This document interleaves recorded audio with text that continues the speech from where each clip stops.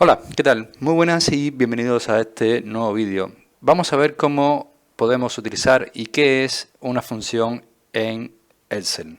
Cuando escribes una fórmula en Excel, la mitad del contenido es encontrar una función correcta para hacer uso de estas operaciones.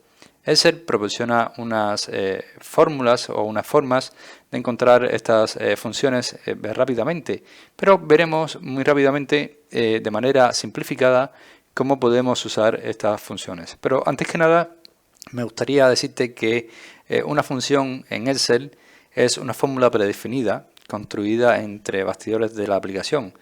Las funciones te permiten realizar cálculos, formateo y tareas similares sin necesidad de conocer operadores o ningún lenguaje de programación. Por lo tanto, esto te hace el uso de Excel un poco más sencillo, ¿vale? Entonces entraremos directamente a este libro de Excel que tenemos aquí, en el cual lo hemos utilizado en diferentes ejemplos, y supongamos que nosotros queremos hacer una suma de la cantidad que tenemos aquí acumulada. Vamos a seleccionar una celda y vamos a utilizar una función llamada suma, que viene predefinida o predeterminada en Excel. Para esto solamente tendremos que hacer un llamado al símbolo igual y escribiremos suma. Si te fijas, las funciones vienen en mayúsculas y nos está pidiendo un rango de celdas para hacer la operación. Por lo tanto, nosotros abriremos nuestro paréntesis y después seleccionaremos el rango de celda al cual le queremos hacer el cálculo, en este caso una suma. Cerramos nuestro paréntesis y le damos un Enter.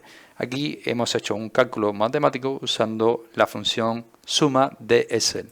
También tienes un apartado llamado fórmulas aquí en lo que son las pestañas, en el cual podemos insertar función. Es decir, si nosotros no conocemos las funciones disponibles, verás que aquí tienes algunas, ¿vale?, que son las más usadas recientemente, pero también tenemos diferentes funciones que puedes ir echando un vistazo, ¿vale?, a este cuadro de datos para que te devuelva la función deseada.